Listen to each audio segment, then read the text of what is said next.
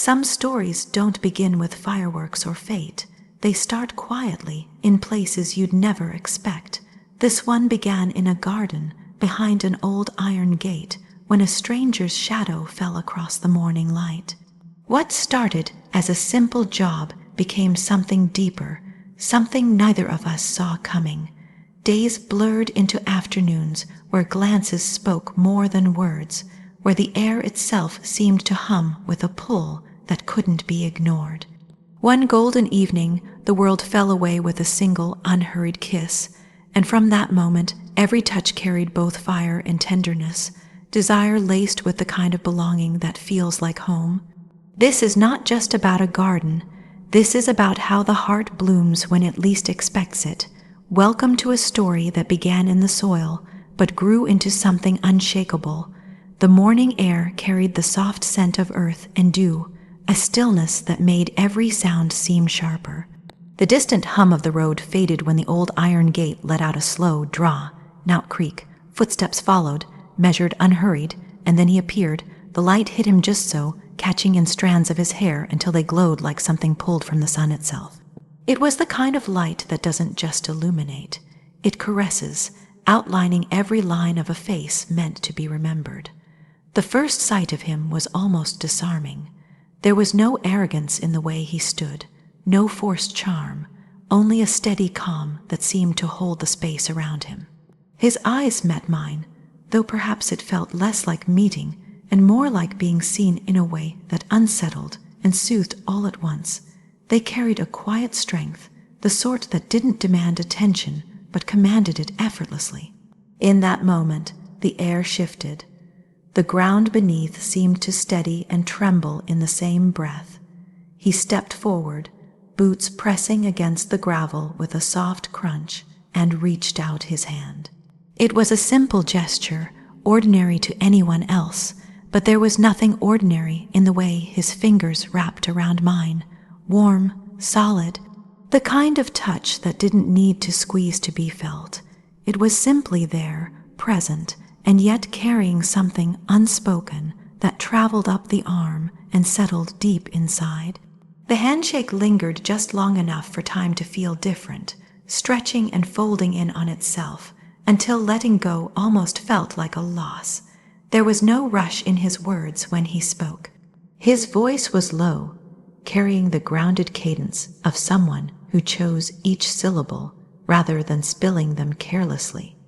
It was the voice of someone who worked with his hands, someone who had spent more time under open skies than beneath ceilings. He glanced toward the garden, the corners of his lips shifting into something between a smile and a knowing expression, as though he could already see the work ahead, and perhaps more than that. The distance between us felt both vast and non-existent. It was only a few feet, yet every detail seemed sharper. The way the sunlight caught along his jawline, the faint shadow of stubble that suggested the day had already started before most were awake, the scent of fresh air clinging to his shirt. It was impossible not to notice, impossible not to feel that quiet pull, like gravity working in a way it shouldn't. He walked toward the far end of the garden, boots pressing into soil that had been waiting for change. There was a steadiness in his movements, not just in strength but in intention, each step deliberate, like a man who knew the worth of pacing himself. Watching him, it was hard to tell where observation ended and something else began. His presence didn't simply fill the space, it reshaped it. The garden seemed less tired, the morning less still, and the air less lonely. When he bent down to examine the flower beds, the curve of his shoulders caught the light again. A small breeze passed through, carrying the faintest trace of his scent earth, wood, and something warmer that didn't belong to the garden at all. It lingered longer than it should have, curling into the senses and settling somewhere that words couldn't reach. He asked a few questions about the work, each one laced with that same calm patience. There was no hurry in him, no sense of filling the silence for the sake of it. It wasn't uncomfortable, though. The pauses between sentences felt like part of the conversation. as if silence itself had weight, and he was unafraid to let it stand. When his gaze returned, it wasn't casual. It was direct, but not invasive, like an unspoken agreement to look and be looked at. The first smile came unexpectedly, soft and almost private, as though it wasn't entirely meant to be shared. It carried a warmth that reached the eyes, turning them a shade deeper. And in that fraction of a second, something subtle shifted, an almost imperceptible awareness that what began as a simple arrangement between strangers might not remain so. By the time he stood again, brushing soil from his hands, the space between us had changed. It wasn't about the few feet of ground anymore. It was about the invisible thread that had been pulled taut without warning. No one had moved closer, yet closeness was there, tangible in the air, in the way the world seemed quieter, except for the sound of his breathing and mine. As he made his way back toward the gate to fetch his tools, the sunlight followed, clinging to him like it refused to let go. The gravel crunched again, steady and unhurried, until the sound faded. And though the handshake had ended minutes ago, its warmth hadn't. Some encounters are just meetings. Others are moments that carve themselves quietly into the skin, into memory, without asking permission. This was the second kind. The days began to fold into one another in a way that felt almost dreamlike. Mornings would arrive with the sound of tools clinking faintly against each other, the gentle scrape of a spade meeting the earth, and the steady rhythm of his presence moving through the garden. There was something mesmerizing about the way he worked, not rushed, not lazy, just deliberate, each motion carrying a quiet certainty. Sometimes the sunlight would catch on his arms as he lifted the spade, the muscles in his forearms tightening just enough to hint at the strength beneath the skin. Sweat would gather at his temple, rolling down along the curve of his cheek before disappearing into the collar of his shirt. It wasn't meant to be alluring, and yet it was, because nothing about him was put on for show. That was the pull, the way he simply existed without trying to impress, and somehow impressed all the same. Conversations between us were scarce, a few words here and there about the soil, the weather, the progress being made. But in those small exchanges, something lingered. The way his eyes would meet mine for just a second too long. The way his smile would appear halfway, like a thought he didn't quite speak. Those glances carried more weight than whole conversations with other people ever had. They felt like the pauses between notes in a piece of music, the kind that makes the sound sweeter when it returns. Afternoons would stretch out, the light softening into gold, and I would find myself watching without meaning to. The curve of his back when he leaned into the work, the way his shirt clung slightly when the heat of the day had been on him too long, the faint sound of his breath between movements, it all became part of a rhythm that reached far deeper than the surface. It wasn't just desire. Desire is loud, impatient. This was quieter, heavier, something that settled deeper into the bones. It was an awareness, an awakening, a reminder of a part of life that had been wrapped away and tucked into corners long untouched. Each day he was there, that corner lit a little more. There was one afternoon when he paused to wipe his brow, the back of his hand dragging across skin tanned from the sun. His gaze drifted toward where I stood, and for a moment neither of us moved. It was only seconds, but they felt stretched and weighted. No words, no gestures, just a shared stillness, like both of us were standing at the edge of something neither had named. The air between us began to change after that. It wasn't something you could point to. It was in the way his voice would drop just slightly when we spoke, in the way his glances became less like accidents and more like intentions, and maybe in the way I no longer looked away as quickly as I once did. The work continued day after day, yet the garden was no longer the only thing being tended to. Something invisible but undeniable was taking root in the space between us. I could feel it when he walked past, close enough for the warmth of his arm to almost brush against mine. I could hear it in the quiet exhale he gave after leaning on his spade to rest. I could sense it in the way my pulse shifted when his shadow fell near. There was no need for open acknowledgement. Sometimes the strongest truths are the ones that remain unspoken, living in glances and small, ordinary movements that mean far more than they should. He would bend to adjust a stone in the path, and my eyes would trace the line of his shoulders without permission. He would straighten, turning toward me with that calm expression, and I would feel the pull all over again. The days blurred, but not in the way that erases moments, rather in a way that stitches them together, creating a slow, seamless build. Every afternoon ended with the faint sound of tools being gathered, his footsteps retreating toward the gate.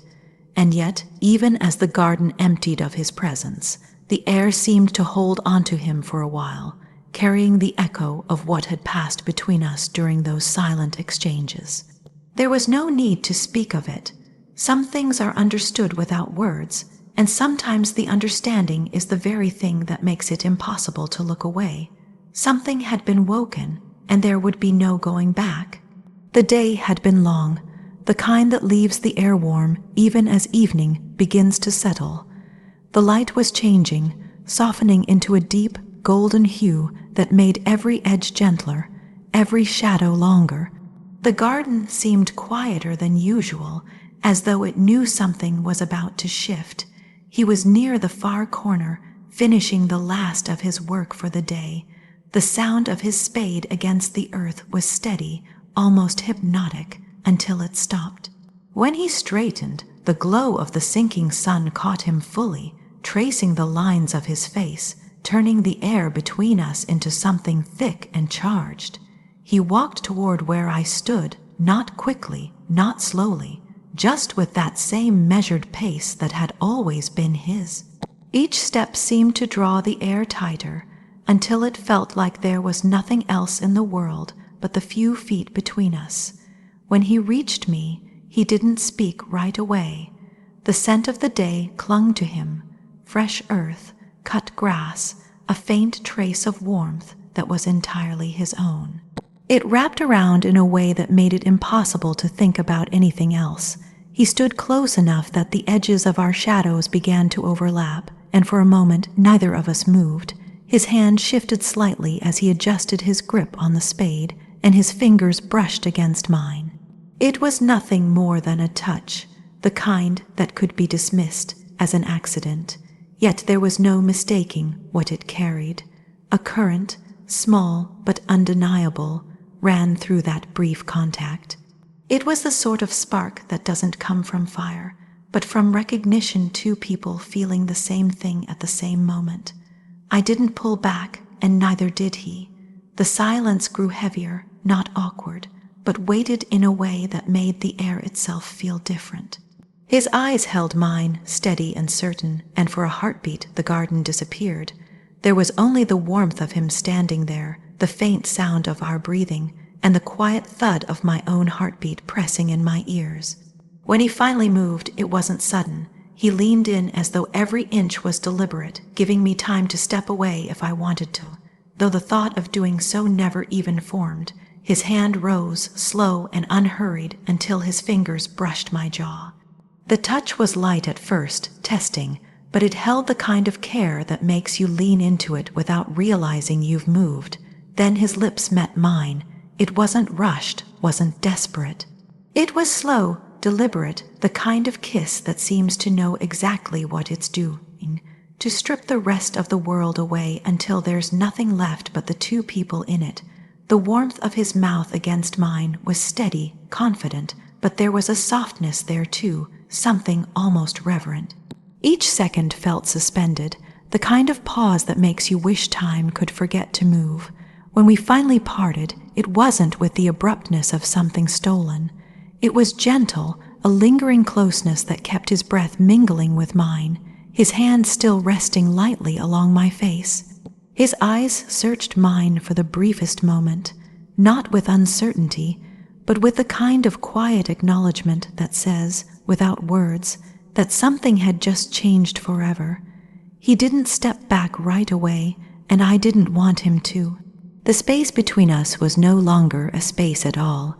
It was filled with the weight of what had just happened and the certainty of what would come next. The garden around us seemed to hold its breath, the golden light wrapping itself around the moment as if to keep it untouched.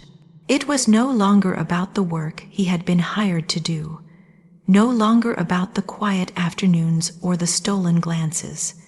This was the point where those things stopped being fragments and became something whole, something alive. Some moments are beginnings disguised as endings, and others are endings disguised as beginnings. This was neither. This was the moment in between, where everything that had been quietly building finally stepped out of the shadows into the light. What began in the earth had seemed so simple at first, just a garden, just the quiet rhythm of work, but from those first days, something else had taken root, something unseen. It had grown slowly, winding itself around each glance, each pause, each moment where silence carried more meaning than words ever could. By the time it was realized, it was no longer something small. It was there in every breath when he was near, in every stillness that felt fuller because he was in it. After that first kiss, nothing was quite the same. The air between us carried a different weight, softer but richer, like the warmth of late summer evenings when the light lingers just a little too long. When he arrived each day, the sound of his footsteps no longer blended into the background. They were felt, deep and certain, marking the start of something the heart now waited for. Touches became part of the language we spoke without speaking. Sometimes it was the brush of his hand when passing tools. Other times the light press of his palm against the small of my back when we crossed paths in the narrow garden paths. Each one was different, but each one said the same thing, that this connection was alive and breathing, growing stronger with every passing day.